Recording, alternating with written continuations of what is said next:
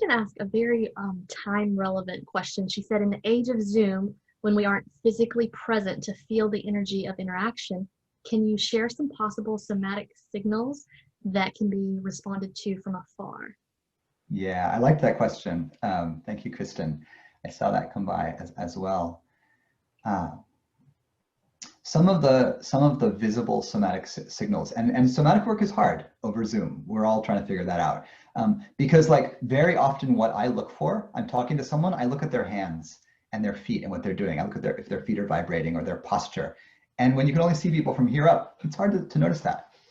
So what you have accessible, besides subtle intuition, which you have as well, but directly for those that are more literal among us, you have an image of the face.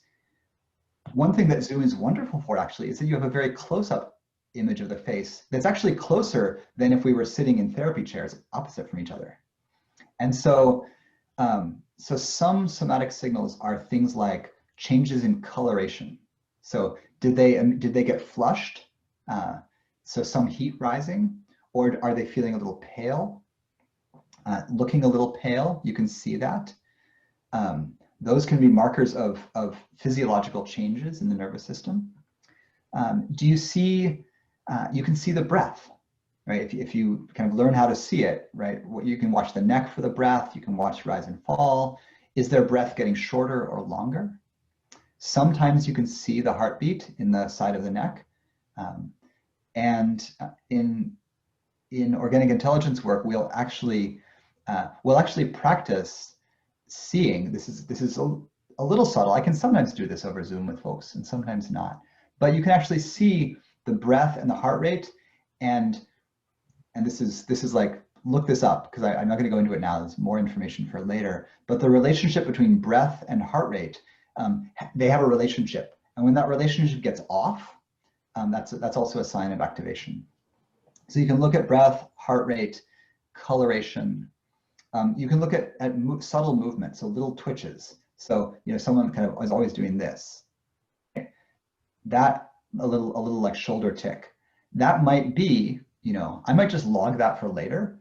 But part of what I log is like, oh, is that related to like an old self-protective gesture that might want to come through that's been, that's incomplete from a long time before. This is really somatic experiencing material, so you can find material on this. Self-protective motor responses will come out as little ticks. It's almost like the system is trying to do something, and all it's got left is this, but it's trying. So I'll notice that. You can notice, the last thing I'll say is you can notice bilateral asymmetry. So a sign of the nervous system being healthy is bilateral symmetry between the eyes and the face, in the face. And so if you see someone where there's like one eye is more open, or there's a kind of non-structural asymmetry, you can just wonder and say, oh, how are you feeling?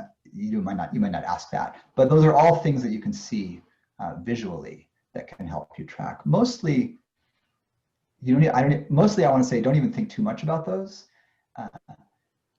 You can tune into this way that whether people are upset. Like we're social beings. We transmit information through the face primarily and the voice.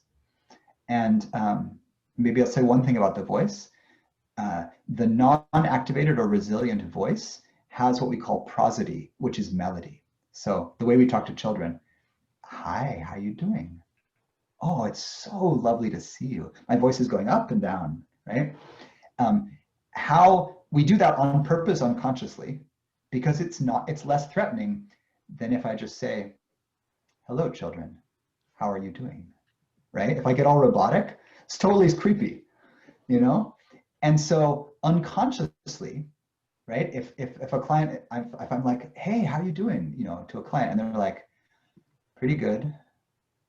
I mean, there's a lot going on, and I'm like, oh, something's a little jammed up in there.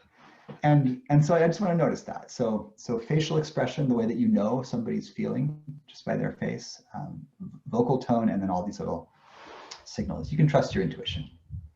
Yeah.